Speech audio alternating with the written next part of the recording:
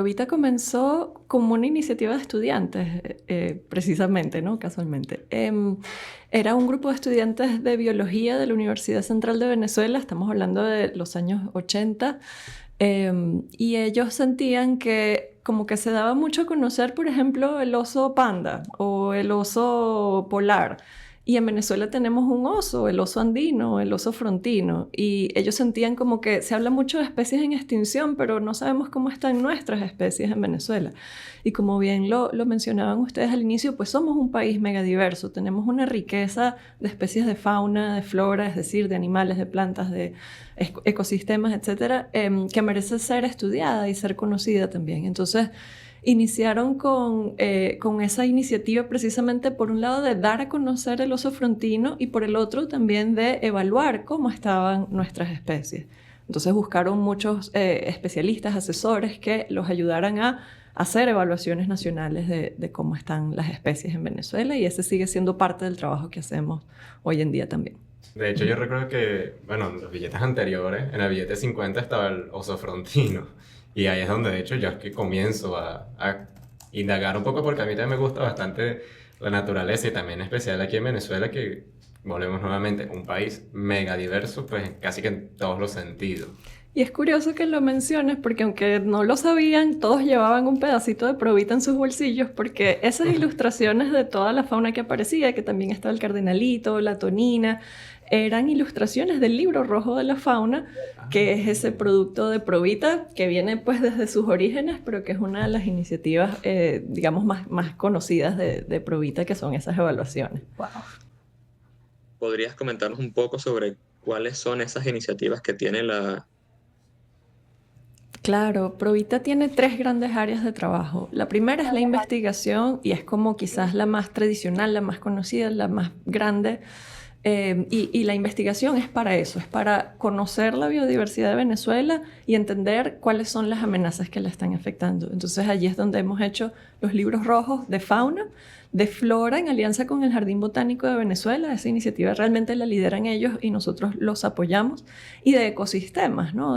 Y es particular hacer eso porque con las especies pues son individuos, es como un poquito más fácil de saber cuántos quedan, dónde están. No es fácil para nada, pero digamos es como una unidad más cuantificable.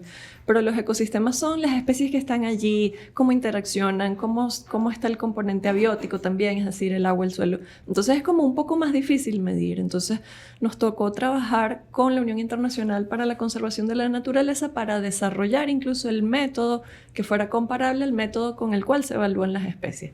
Y bueno, lo aplicamos para acá, para Venezuela, y en 2010 produjimos ese primer libro rojo de los ecosistemas terrestres de Venezuela. Falta la parte marina, que también es muy importante. Y bueno, esa es una de nuestras áreas, la investigación. También hacemos mucha investigación sobre la Amazonía. Usamos, por ejemplo, imágenes de satélite para, con imágenes a través del tiempo, saber cómo ha cambiado la vegetación, cuál ha sido, por ejemplo, la deforestación de los bosques, cómo ha avanzado la minería, por ejemplo. Y esos son como nuestros grandes componentes en el área de investigación.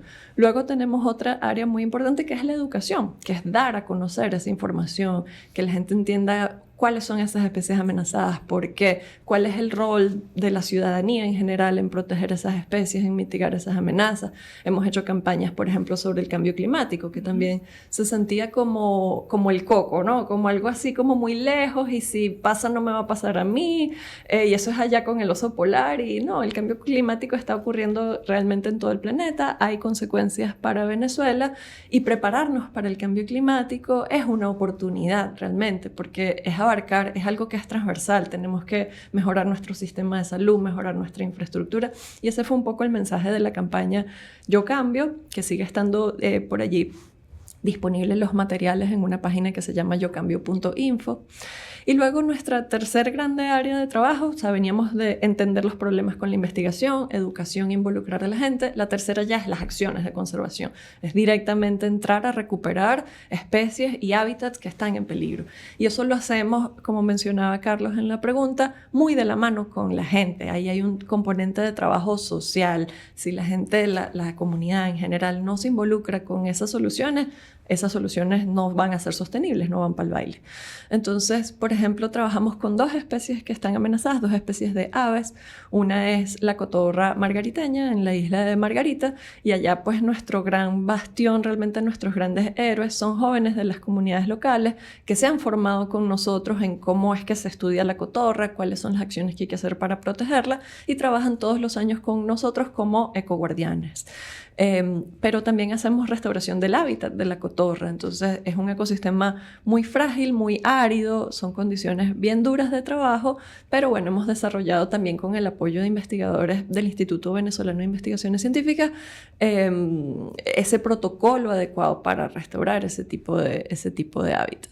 Y la otra especie con la que trabajamos es el cardenalito, es una de las especies más amenazadas de Venezuela. Estaba en el billete de 100 y había muchos más cardenalitos en los billetes que en vida, volando en vida libre, en vida real, en vida silvestre. Y bueno, allí tenemos un esfuerzo que también combina ese trabajo de recuperar el hábitat. En este caso, el cardenalito es de bosques de secos a húmedos en diferentes partes del norte del país, y trabajamos en particular en la cordillera de la costa, muy cerquita de la colonia Tovar, es decir, cerca de Caracas también. Trabajamos con agricultores, pequeños agricultores, por ejemplo, de café sobre todo, para que mejoren sus prácticas productivas, tal que sea amigable con el ambiente y siga siendo un hábitat para el cardenalito y para muchas otras aves. ¿Y estas especies son amenazadas por caza? Porque... Principalmente por 2 razones. La caza, pero para el comercio como mascota. O sea, ese apego a esos animalitos que a veces vas manejando por carretera y los ves vendiendo, eso es tráfico ilícito, pues en general, ¿no? En la mayoría de los casos. Tráfico ilícito de nuestra fauna, y es un problema porque sacas ese animalito de su hábitat, ese animalito no se va a reproducir, se va mermando pues la población en vida silvestre. Y la otra gran amenaza para el cardenalito, para la cotorra, pero para muchas especies en el país es la transformación de hábitat. Realmente eso es lo que vemos con los análisis del libro rojo, que la transformación, la pérdida de hábitat son es la mayor amenaza realmente para la mayoría de las especies. Entonces, por eso es importante encontrar medidas en que sí, continuemos utilizando los recursos naturales, pero de manera que no perjudique o perjudique lo menos posible las especies amenazadas, pero la biodiversidad, las fuentes de agua, la calidad del suelo, muchas cosas. Ok, bueno, yo antes de pasar como tal a la siguiente pregunta que tengo para ti, quisiera ver si me puedes comentar o nos puedes comentar un poco más sobre lo del libro rojo. O sea, ¿a qué te refieres con ese libro? ¿Qué tiene? ¿Cómo llegaron a él? Sí. Un poco más. El libro rojo es como una evaluación de todas las especies que podamos evaluar, de qué tan en peligro están. Entonces, se realiza siguiendo un estándar que es internacional, que es desarrollado por la Unión Internacional para la Conservación de la Naturaleza. Y básicamente hay una serie de criterios y tú tienes que recabar toda la información que puedas sobre una especie y como compararla contra esos criterios para entonces llegar a la conclusión de está amenazada o no está amenazada y qué nivel de amenaza tiene. Y allí hay varias categorías en ese nivel de amenaza. Está vulnerable, es amenazada, pero es como el nivel más bajo de riesgo, en peligro crítico, es la categoría como de mayor amenaza, pero también está la extinto en vida silvestre. Y lamentablemente hay algunas especies que están en esa situación, que solo quedan en zoológicos y en sitios en cautiverio, pues, ¿no? Entonces, trabajando, además es un trabajo que Provita no hace solo, porque el primer paso es recabar toda esa información que puedas sobre cada una de esas especies, y no es fácil hacer eso. Eso requiere investigación en campo para saber dónde están, cuántos quedan, o sea, más o menos cuál es su demografía, pues, ¿no? Hembras, machos, edad, qué tan rápido se reproducen, si generan mucha descendencia, poca descendencia, qué cosas los está amenazando. Y recabar toda esa información es un trabajón, es duro. Claro. Pero con la mejor información posible, con la mejor información que se tenga, pues se trata de correr contra esos criterios. Entonces, esto iba a que esto no es un trabajo que Provita hace solo. Provita hace esto en alianza, en las evaluaciones que incluimos en el libro rojo. participan cientos de investigadores de todas partes del país, de docenas de universidades, institutos de investigación, ONG, que son los que están como en el contacto más directo con esas especies en campo y han hecho estas investigaciones. Entonces Provita viene a ser como un articulador, un editor de la información. También somos los que manejamos como más a profundidad esos criterios para hacer las evaluaciones y hacemos entonces el compendio de todas esas evaluaciones a las que todos estos especialistas han contribuido. Y toda esa información está siempre disponible de manera gratuita. Las últimas ediciones están en una página que se llama especies-amenazadas.org. Ustedes pueden entrar allí y buscar la especie que les dé curiosidad, saber cuál es la situación del oso frontino, por ejemplo, y cuáles son las amenazas, cuál es el estado de conservación que tiene. Y así todas las especies. Como síntesis, hemos evaluado alrededor de 4.000 especies de fauna, es decir, de animales, y de esas casi 4.000, alrededor de 4.000, hay unas 290 que están amenazadas. Entonces es un número importante. También está como el otro lado, el lado positivo de que hay especies que están aún en buen estado de conservación. Pero de esas 290 amenazadas, hemos estimado que hay quizás como máximo unas 20 por las que hay gente trabajando en tratar de recuperarlas, ¿no? O de entender más a profundidad su situación. Entonces el llamado está, pues, de esas 290, hay 270 por las que todavía no hemos empezado como realmente a trabajar, ¿no? Y es importante eso también. Me encanta que lo menciones, porque en verdad la siguiente pregunta que yo quería hacerte era en base a tus principales alianzas. Ver cómo lograste conseguir que estas otras organizaciones te ayuden con recaudar todos estos datos que te sirven para el libro rojo. O sea, cómo llegaron a conseguir a todas estas personas que también estaban interesadas en involucrarse con lo que es la fauna, las especies animales. Sí, las alianzas lo son todo, porque nosotros al final somos una organización pequeña que trabajamos durísimo por conseguir cualquier recurso que podamos tener para los recursos, para hacer todas estas iniciativas. Y las alianzas son fundamentales. Entonces, por supuesto, tenemos aliados desde los que otorgan financiamiento para poder hacer las investigaciones o la articulación de todo este trabajo, hasta los aliados de las comunidades locales, que son los que están, los protagonistas realmente de la conservación, los que están allí conviviendo en el día a día con estas especies, en estos hábitats. Y bueno, es un trabajo de buscar puntos en común, buscar gente que tenga el interés, buscar gente que tenga la información, plantear cómo esa información puede aprovecharse para una iniciativa como esta. La colaboración es uno de los valores de Provita y creemos realmente en colaborar, pues, con todo tipo de actores todo el tiempo. Tenemos muchas veces apoyo de las autoridades, por ejemplo, con el cardenalito. Otra parte del trabajo es recuperar los cardenalitos que podamos de ese tráfico ilegal y los llevamos a un centro de cría en cautiverio, tal que por un lado tengamos esa población seguro, como de seguro en caso de que se extinga en vida silvestre, pero por el otro lado podamos reproducirlo para hacer reintroducciones a futuro. Pero eso no es posible si el Ministerio de Ecosocialismo, en este caso, por ejemplo, hace los decomisos y nos entrega los cardenalitos, ¿no? Entonces, ahí es donde ves que la conservación, o sea, así como las amenazas a las especies son un acto humano, la conservación también es un acto humano y requiere de muchas disciplinas, requiere también de comunicadores que lleven ese mensaje a la gente y bueno, eso lo logramos pues a través de muchos tipos de alianzas. Claro. Sí, bueno, precisamente te iba a preguntar algo con respecto a las colaboraciones que uno puede hacer y me preguntaba precisamente cómo puedo hacer, por ejemplo, en mi caso, de que, oye, yo quiero unirme a esta causa, quiero formar parte de esta organización para poder conservar esta biodiversidad de Venezuela.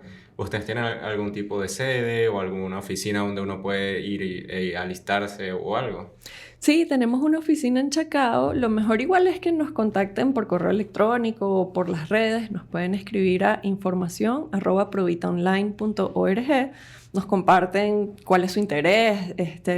Por ejemplo, un mecanismo que tenemos y hemos tenido varios estudiantes de la Universidad de Monte Ávila que han sido un gran apoyo para nosotros, es el servicio comunitario universitario. Pueden hacer su servicio comunitario universitario con nosotros, puede ser en el área de educación, pero también en el área de administración, de recursos humanos, de en fin, de las distintas carreras, pues siempre pueden tener algo que contribuir y ustedes les beneficia porque llevan adelante su servicio comunitario y a nosotros nos beneficia porque es pues un apoyo adicional. Y bueno, ya como para ir cerrando, mi última pregunta para ti sería a ver si tienes alguna anécdota o algo que nos quieras compartir, algo que recuerdes ahorita, que tú digas que en verdad es valioso que salga en este episodio. A ver, bueno, mira, quizás la primera sí que se me vino a la cabeza es haciendo trabajo de campo en Margarita. Estamos hablando de unos matorrales / bosques, pero muy, muy tupidos, muy densos, muy espinosos, y tú vas caminando que en cualquier momento pisas una tuna y te clavas una espina en el pie. Y esta anécdota va sobre todo ese conocimiento que tienen las personas del sitio, que quizás no han tenido la oportunidad de estudiar una carrera profesional como la estamos teniendo, la tenemos nosotros, pero el conocimiento que tienen. Y entonces vamos caminando voy a contar dos anécdotas cortas de la misma, pero estamos en la misma escena. O sea, imagínense caminar por una cosa que está llena de espinas, es súper complicado, un calor además de más de 30 grados, estás muerto de sed. Y en eso esta persona, Pablo Antonio Millán, que es nuestro ecoguardián desde el inicio del proyecto de conservación de la cotorra hace 30 años, no muevas ni un pelo. Y Dios mío, cuando volteo, una cascabel así a 30 centímetros de mi tobillo, enrolladita que eso era una piedra más y ya. O sea, yo jamás detecté, pero él a 5 metros de mí sí la vio. Me puede dar algo en ese momento. Total. Y bueno, muy similar, otra vez fue igualito, no muevas ni un pelo. Y pasó un venado de Margarita, que es una especie que mucha gente ni sabe que hay venados en Margarita. No, me estoy enterando. Y es una especie única de la isla de Margarita. Es lo que llamamos endémico. Esa especie, o sea, los venados que están en tierra firme son suficientemente diferentes como para que la especie que está en Margarita sea considerada única de la isla de Margarita, una especie en peligro crítico. Y ahí está, en la península de Macanao. La pude ver así muy rápidamente, pero la vi porque esta persona que ha convivido, Pablo Antonio, que ha convivido con esas especies toda su vida, tiene todo ese conocimiento local que yo no sé qué percibe él en el ambiente, en el aire, en el olor, en el sonido que hacen, que él sabía que ahí había un venado que estaba a punto de pasar, pues, ¿no? Y bueno, son anécdotas bonitas del trabajo en campo. Bueno, Viviana, de verdad, muchísimas gracias por tu tiempo el día de hoy, por permitirnos compartir contigo y escuchar sobre la organización, cómo colaborar y toda la labor que han hecho a lo largo del país. Queríamos pedirte si puedes dejarnos tus redes sociales y las de la organización. Claro que sí. Nos pueden encontrar tanto en X como en Facebook, como en Instagram, como Provita ONG. En X y en Instagram es Provita_ONG, ONG de Organización No Gubernamental. Y nuestra página web www.provita.org, OR de organización, org.be, y allí además pueden encontrar mucha información, tanto pues las noticias en lo que estamos día a día, mes a mes, como publicaciones que hemos generado. Hay materiales educativos para niños, hay manuales de prácticas agroforestales, están por supuesto los libros rojos, toda esa información está allí disponible. Viviana, muchísimas gracias de verdad por venir. Me parece que es un tema súper importante que nosotros tres queríamos que saliera en el podcast, porque bueno, no todo el mundo se interesa de la misma forma que ustedes en cuidar lo que es nuestro, porque al final todas estas especies nos representan a nosotros como venezolanos y no se les da la suficiente importancia. Entonces de verdad les agradezco por tener una iniciativa tan bonita y tan importante en cuidar lo que sí vale la pena y lo que de verdad sí importa. Entonces, de verdad, muchísimas gracias. Gracias a ustedes por darle comunicación a estos temas. No, de verdad, muchas gracias, Viviana. Bueno, nuevamente, maravillado, de verdad, con toda esta labor. De verdad que, en lo personal, a mí me gustaría participar un día. Sí, total. Porque, oye, es muy bonito tener ese encuentro de que, oye, uno forma parte de esto. y todos estamos, por decirlo de una manera, en el mismo barco y todos tenemos que trabajar de la mano para que, oye, podamos conservar la biodiversidad de Venezuela que, bueno, como he dicho en varias ocasiones, es prácticamente única en el mundo. Y de verdad me quito el sombrero con ustedes, de verdad agradecido contigo de que viniste acá a deleitarnos con esta información y con las anécdotas. De verdad, muchas gracias.